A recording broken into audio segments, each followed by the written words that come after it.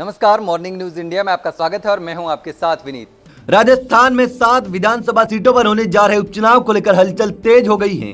सभी प्रत्याशी मैदान में डटे हुए हैं। इसी बीच देवली उनियारा विधानसभा सीट पर नरेश मीणा ने कांग्रेस की परेशानी बढ़ा दी है। इस सीट पर सिर्फ नरेश मीणा ही नहीं बल्कि राजस्थान के बड़े बड़े नेता भी कूद पड़े हैं।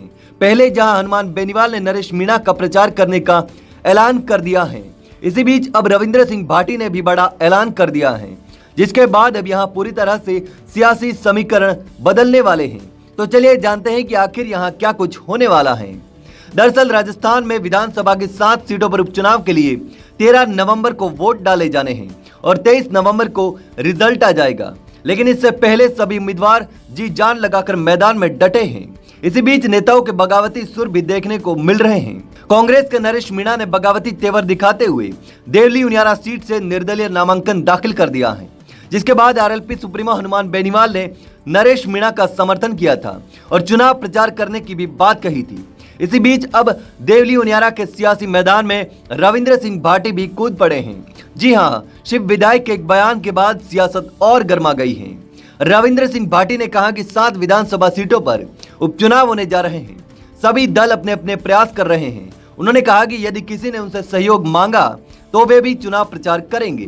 84 और देवली उनियारा विधानसभा सीट पर निर्दलीय के समर्थन में प्रचार को लेकर कहा कि 84 विधानसभा सीट पर आदिवासी पार्टी के समर्थन में यदि आवश्यकता हुई तो समर्थन मांगा तो जरूर जाएंगे।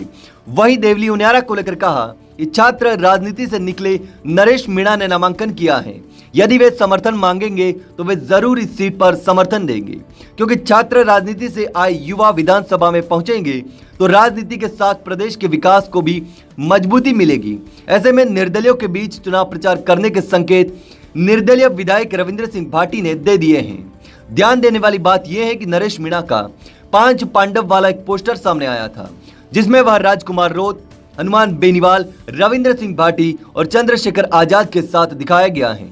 पोस्टर के जरिए उन्होंने बीएपी, आरएलपी और आजाद समाज पार्टी के साथ रविंद्र सिंह भाटी से भी चुनाव में समर्थन मांगा था। पोस्टर सामने आने के बाद हनुमान बेनीवाल और नरेश मीणा का एक वीडियो भी सामने आया। हनुमान बेनीवाल ने नरेश मीणा को समर्थन देते हुए कहा कि वह वोट की अपील के लिए प्रचार भी करेंगे। इसके बाद अब रविंद्र सिंह भाटी ने भी यही बात कही है।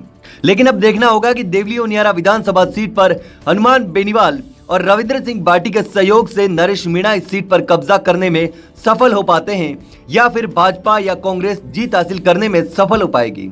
बाकी 13 नवंबर को जनता जो फैसला करेगी उसका नतीजा तो 23 नवंबर को सामने आ ही जाएगा।